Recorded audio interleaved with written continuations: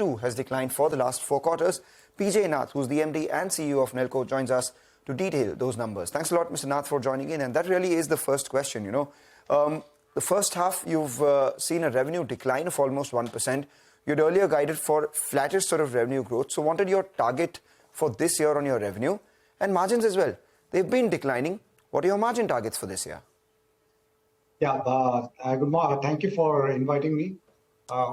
What you see is a flattish growth in terms of revenue. But if you look at the bottom line, we've grown the bottom line by 20% over the last year, at the same time. Our EBITDA remains at 19%, and that continues. We see a much stronger prospect for the second half of the year. But the important part is that while our revenues are remaining flat over the last year due to some of the projects which were envisaged earlier getting deferred, however, our bottom line has significantly improved over last year. I think so. That's the theme. So therefore, for the next half of the year, the remaining half of the year, we'll see a much stronger growth than what we had in the first half. All right, Mr. Nath. So for the year, then, earlier you had told us expect a flattish year, FY24 versus FY23. We want to understand whether there will be a degrowth for the second half of the year, or if there is a growth, then what will it be? Mid-single digits? No, we don't see any degrowth. We will see better results for the next half in terms of revenue. As I said, fundamentally, the business is strong. Our bottom lines are intact. Our debt equity ratio is very low. Our debt equity is at 0.02. Mr. Nath, let's just focus solely on the revenue for once, and then we'll move to, we get that point that even in the first half of the year, though the revenue growth isn't that great, but profitability has grown up. So you're driving home that point. But in revenues, will that be growth, or will there not be any growth for the year? I said in the first opening sentence itself that the second half of the year, there will be growth in terms of revenue as well.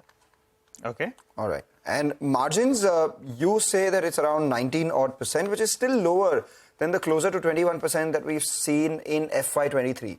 What's your outlook for the margins in the second half of this year? So I had said that our margins would typically range between 18 to 21%. So that's a range that it goes on. So to the margin, I don't see anything going down. It will be in a similar range. It will be 19-20% is the kind of margin that we'll be seeing in the next half of the year as well. Okay, split up the revenue mix for us, Mr. Nath, between the aerospace as well as maritime. What should it be? And also, when do you expect domestic airlines to offer Wi-Fi? I don't know whether it's going to be a good or bad thing for us, because at least on the flight, otherwise we relax, no phone, but give us some clarity. Yeah, our revenue mix, our enterprise versus our in-flight and maritime communication, it's about 25 to 27% is our in-flight and maritime communication services revenue, and that's been our trend so far. The second question that you asked is in terms of when will the domestic airlines will start offering in-flight connectivity. I've said in the previous occasions as well that there's a lot of work happening around that.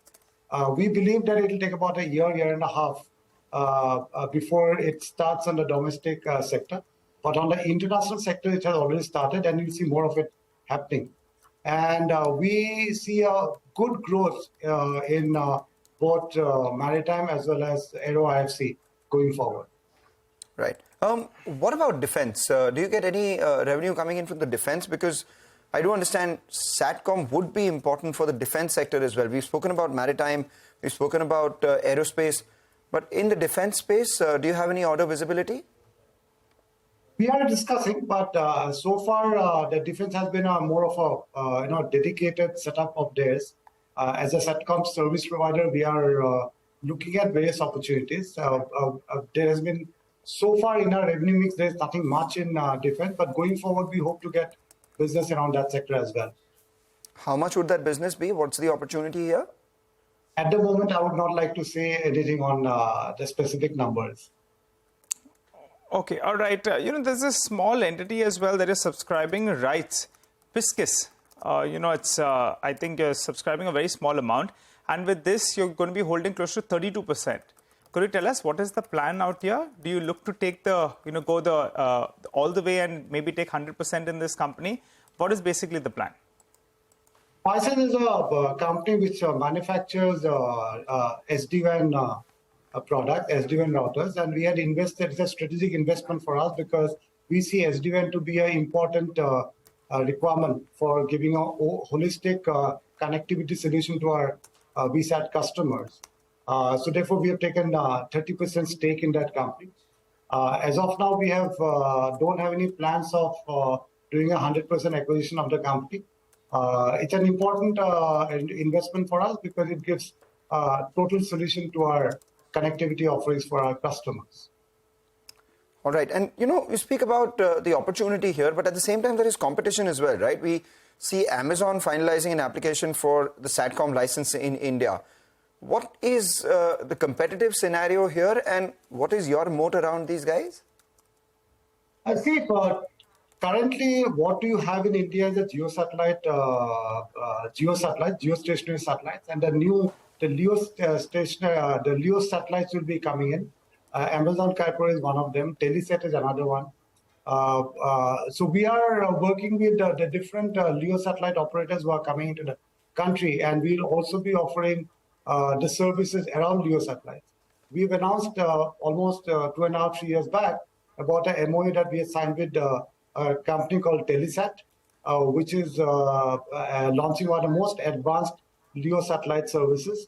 As and when they come, we'll be also offering their services in the country. So as a service provider, we'll be operating on both geo satellites as well as LEO satellites in the country.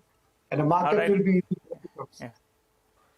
Okay, Mr. Nath. Mr. Nath, just want to ask you, given the kind of positives and in the direction that the company is going, for FY25, what kind of a growth will you be looking at? We don't give a guidance, but you'll definitely see a very healthy growth this year as well as next year for Nelco. Okay, all right. This year, the first half is over, but I was more interested in FY25, but we'll leave it at healthy for now. Maybe the next time you join in, you could specify healthy, maybe 10, 15, 20%. We'll wait for your number on that front, Mr. Nath. Thank you so much. Appreciate you joining in on the show and giving us details on how your business is shaping up. For the time being,